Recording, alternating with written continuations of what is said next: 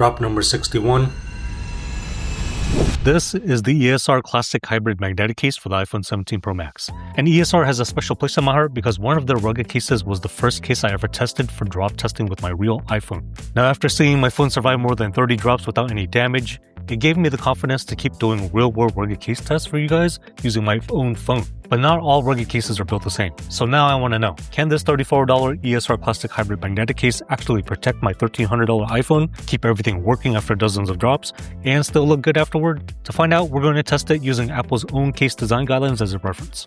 By the end of this video, you'll know if this ESR case is one of the best budget rugged cases for the iPhone 17 Pro Max, or if there are some compromises hidden behind that lower price. Now from a distance, the ESR Classic Hybrid Magnetic Case looks like any other clear case out there. But up close, ESR made a few design choices I haven't seen on many of the cases I've tested so far. For materials, this case uses a clear acrylic backplate with smooth TPU edges. The clear back also extends around the camera plateau area, so the whole back of the phone has a more unified look. But the most interesting part of the exterior design is the integrated zinc alloy kickstand, which ESR calls the stash stand. At first, I thought this was just another basic built-in kickstand, but after using it for a bit, the name started to make more sense. When you don't need the stand, it clicks back into place and gets stashed away, so it sits more flush with the camera plateau area. It also doubles as an added camera guard, which is a pretty clever use of space. This is the first time I've seen this type of design on one of the rugged cases I've tested so far, so I'm curious to see how it holds up after the drop tests. Most kickstands are built into the MagSafe area of the case, but I actually prefer when the stand is placed near the top or bottom because it keeps the MagSafe area clear and unobstructed.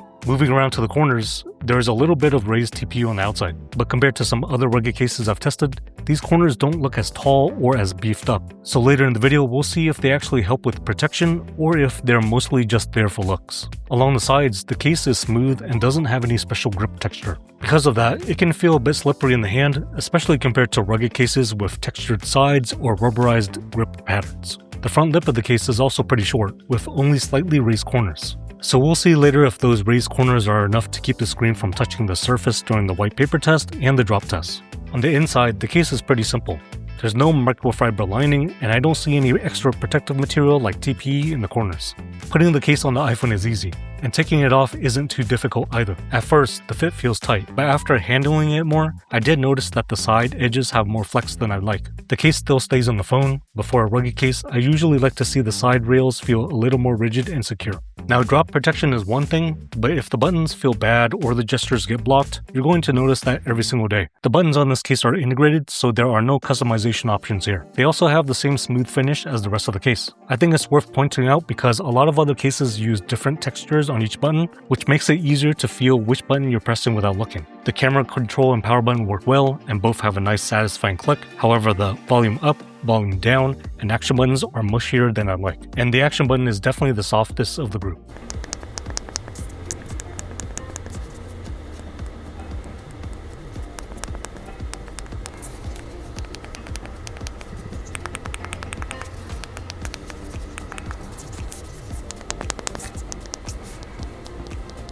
At the bottom, the port cutouts are open and easy to access. The speakers, microphone, and charging port all worked like normal. For gestures, the front screen lip is pretty short on all four sides, so swipe gestures worked well and felt comfortable from every direction. With all of that out of the way, let's take a look at how well this case actually protects your iPhone. But before I do any kind of drop test, I do a simple white paper marker test. I mark the screen of the iPhone, then let it fall face first onto a sheet of white paper. If there's marker transfer, that means the screen is making contact with the surface. I also drag the phone across the paper to see if the screen touches during sliding contact. It's not a perfect lab test, but it gives me a quick way to see whether the front case lip is actually keeping the screen raised. Surprisingly, the ESR Classic Hybrid Magnetic Case did a pretty good job at this test, with very little marker transfer. With that out of the way, let's take a look at the raw drop footage. And again, this is my personal iPhone 17 Pro Max we're using here. Alright, drop number 1.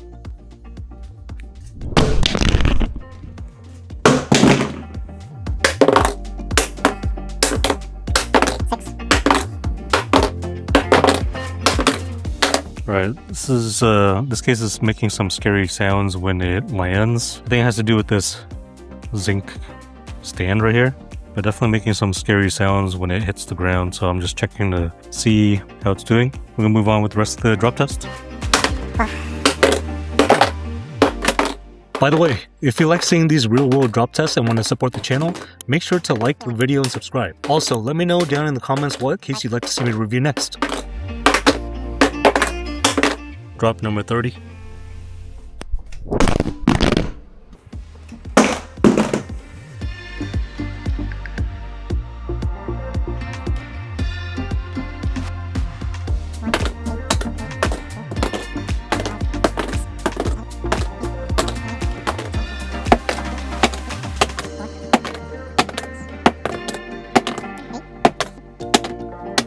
Drop number 61.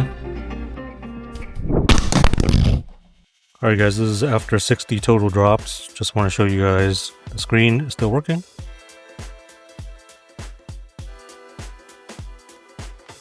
Each of the camera lenses are working. There's no break in the screen. Close up of the camera lens area. See, it's still good. Alright, let's take a look at the case itself.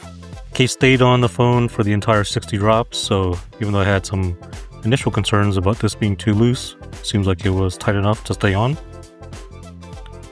You can see here that there's pretty obvious wear on these TPU edges. And this is not the first case that does this. A lot of cases will show this type of wear.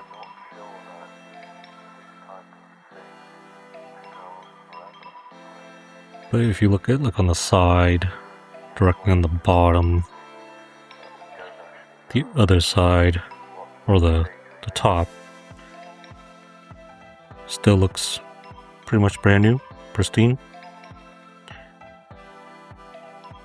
The acrylic backplate, still good, there's no cracks. Look at the phone.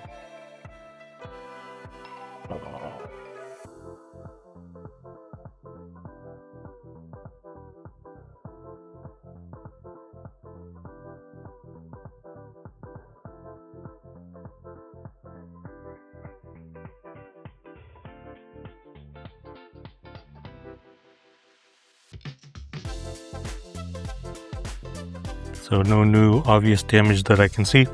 That's the ESR case. So, is the $34 ESR Classic Hybrid Magnetic Case actually worth your money, or do you get what you pay for? Honestly, I think it's worth the money. For a budget price, you're getting a case that can actually protect your iPhone through dozens of drop tests, has a built-in kickstand that stashes away when you need it, and still feels really comfortable to use every day. But there are a few things to be aware of. Even though the case did a great job of protecting my iPhone, the corners show obvious wear and tear after all those drops. The acrylic backplate also picks up oily fingerprints pretty easily, but at least they're easy to wipe off. Still, rugged cases usually fall into the mid-range or premium price category, so it's nice to see a budget case that can still offer strong protection, a useful design, and a good everyday experience. Now, if you want to see a case that I tested on more than just manufactured hardwood floors, including wood, concrete, and asphalt, check out my dbrand 10 case video right here. Thanks for watching, and I'll see you guys in the next one.